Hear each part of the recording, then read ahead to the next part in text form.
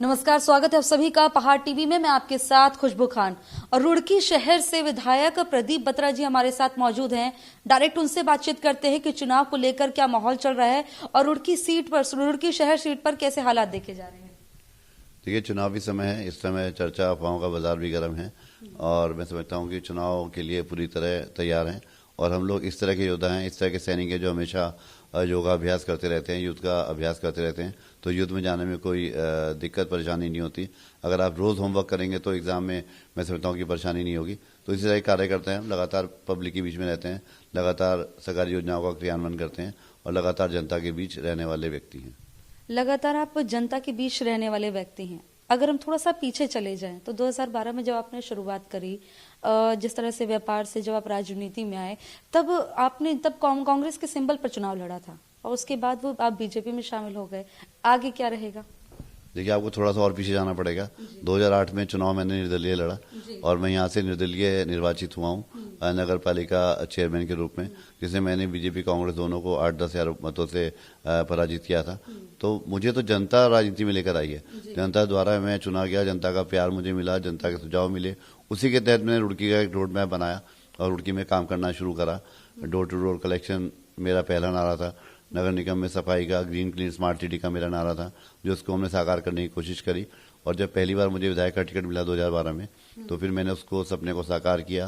रुड़की में sewerage system, drainage system और पानी की लाइनें बिछना, ओवर टैंक्स बनना, सीवर ट्रीटमेंट प्लांट से लेकर पंप स्टेशन से लेकर आज रुड़की देखिए आज एक मॉडल सिटी के रूप में जाना जाता है। ड्रेनेज की समस्या, सीवरेज की समस्या, पीने के पानी की समस्या पूरी तरह से यहाँ पर हम लोगों को मुहैया करा चुके हैं, जिससे कि लोग यहाँ पर जो मूलभूत सुविधाएं हैं उनका लाभ ले रहे हैं। रुड़की शहर से बात करें तो प्रत्याशियों की लिस्ट जो है बहुत लंबी आ रही है, बहुत सारे दावेदार सामने आ रहे हैं। तो क्या आप पूरी तरह से आश्वस्त हैं इस बार टिकट आपको ही मिलेगा? देखिए, चुनाव आते ही सभी लोग सक्रिय हो जाते हैं, बट जो चुनाव के समय नहीं, जो पहले से सक्रिय होता है, जनता उसी को प्यार देती है, जनता की आवाज़ जो जाती है उसी को टिकट मिलता है। और पार्टी भी देखती है, पार्टी सर्वे कराती है और पार्टी ने जो निर्णय लेगी सोच समझकर उसी को हम स्वागत करेंगे, उसका निर्णय का हम पालन करेंगे। भारतीय जनता पार्टी के सच्चे सिपाही के रूप में काम करेंगे, कार्यकर्ता के रूप में काम करेंगे। तो हम अपनी जगह दृढ़ निश्चित हैं और निश्चित रूप से जो पार्टी जिम्मेदारी उसको निभाएंगे। बीजेपी ने जिस तरह से नारा दिया है कि इस बार 60 के पार, अब की बार 60 के पार, तो क्या लग रहा है कि वाकई में ये पूरी तरह से माहौल दिखाई दे रहा है या इस बार कुछ आपको लग रहा है कि और मेहनत करने की जरूरत है? मिशन 2022 लक्ष्य प्राप्त करना है, लक्ष्य पे नजर है हमारी और जो पार्टी ने नारा दिया है अब की 60 पार, तो निश्चित रूप से पूरा करेंगे। और पार्टी ने जिम्मेदारी रुड़की की दी है, रुड़की में लगातार काम करें और रुड़की सीट निश्चित रूप से भारतीय जनता पार्टी की झोली में डालेंगे और अपने मुख्यमंत्री पुष्कर इंदामी जी के हाथ मजबूत करेंगे। और ऐसे में अगर बात की जाए, जिस तरह से कई बातों पर पेंच भी फंसा हुआ है, कई जगह अभी देखा जा रहा है कि बड़ी आपाधापी चल रही है, उसका असर तो बीजेपी पर नहीं देखने को मिलेगा? देखिए, बीजेपी एक पहाड़ के रूप में है, हिमालय की चोटी की तरह बुलंद है और प्रधानमंत्री नरेंद्र मोदी जी के जो विचार हैं, जो उनकी कार्यकुशलता है, जो उनकी कार्यशैली है, उससे प्रभावित होकर लोग उनके साथ लगातार जुड़ रहे हैं। उनका लोहा ना सिर्फ देश बल्कि पूरा दुनिया उनका लोहा मान चुकी है और जो उनका काम करने का तरीका है, तो आज वो विश्व के नेता हैं।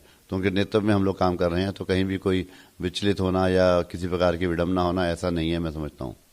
हरक सिंह रावत जी को लेकर क्या कहेंगे आप? देखिए, सबकी अपनी राजनीति है, उन्होंने कुछ सोच समझ के फैसला लिया होगा या जो भी उनके साथ हुआ वो गलत हुआ। और मैं ये मानता हूँ कि आदमी को एक जगह रहना चाहिए, स्टेबिलिटी रखनी चाहिए और अपनी पहचान बनती है। एक जगह पत्थर रहे तो भारी भी हो जाता है। तो मेरा ये कहना है कि आदमी को अपनी पहचान बनाने के लिए ये जगह स्टेबल रहना चाहिए।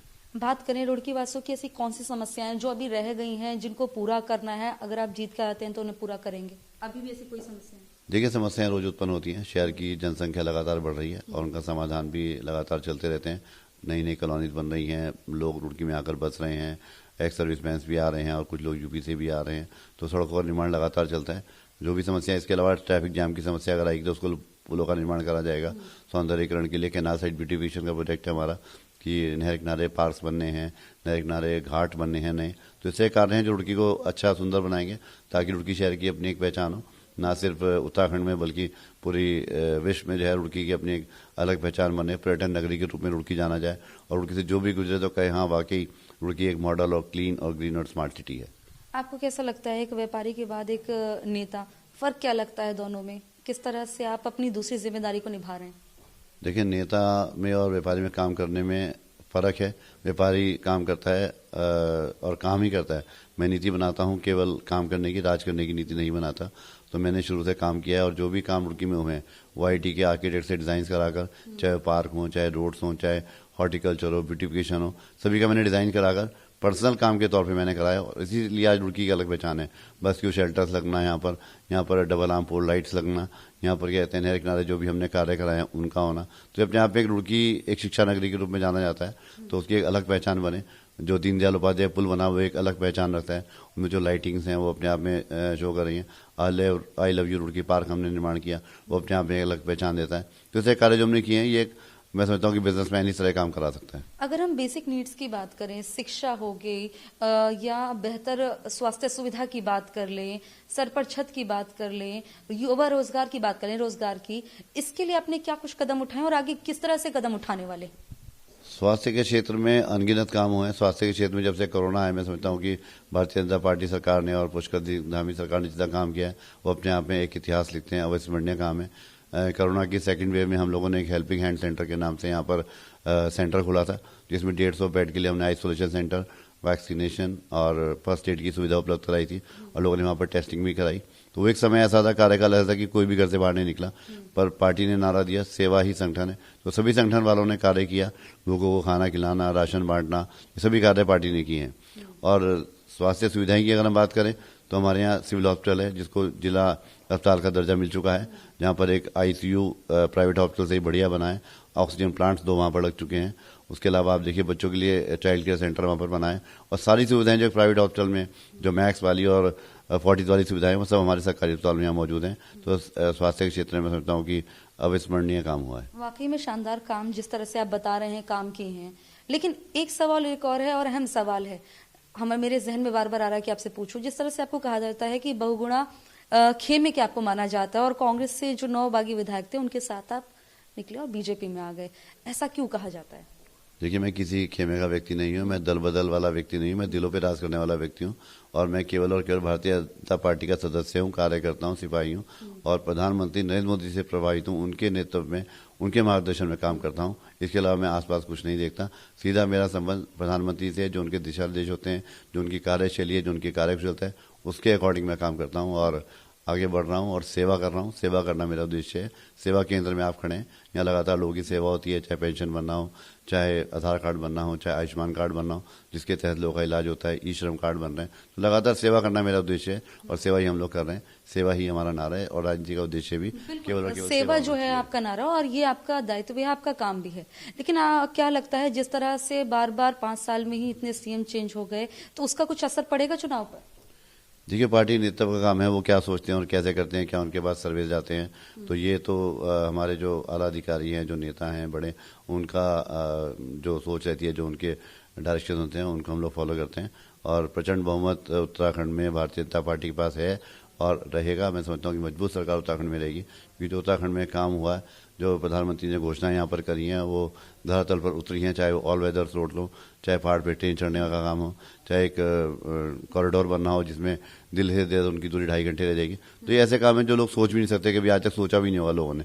तो मैं समझता हूँ कि इसको जनता नकारेगी नहीं और जनता भारतीय जनता पार्टी को वोट देगी और अपनी एक वोट की कीमत को लेकर जनता अपनी सरकार मजबूत बनाएगी और उत्तराखंड का चहुमुखी विकास मैं समझता हूँ कि होगा।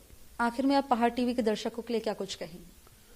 पहाड़ टीवी के दर्शक चैनल को देखें और चैनल अच्छा कवरेज करे, सच्चाई को दिखाए, जो हो रहा है उसको दिखाए और विकास कार्य जिसने करे हैं उसको दिखाए।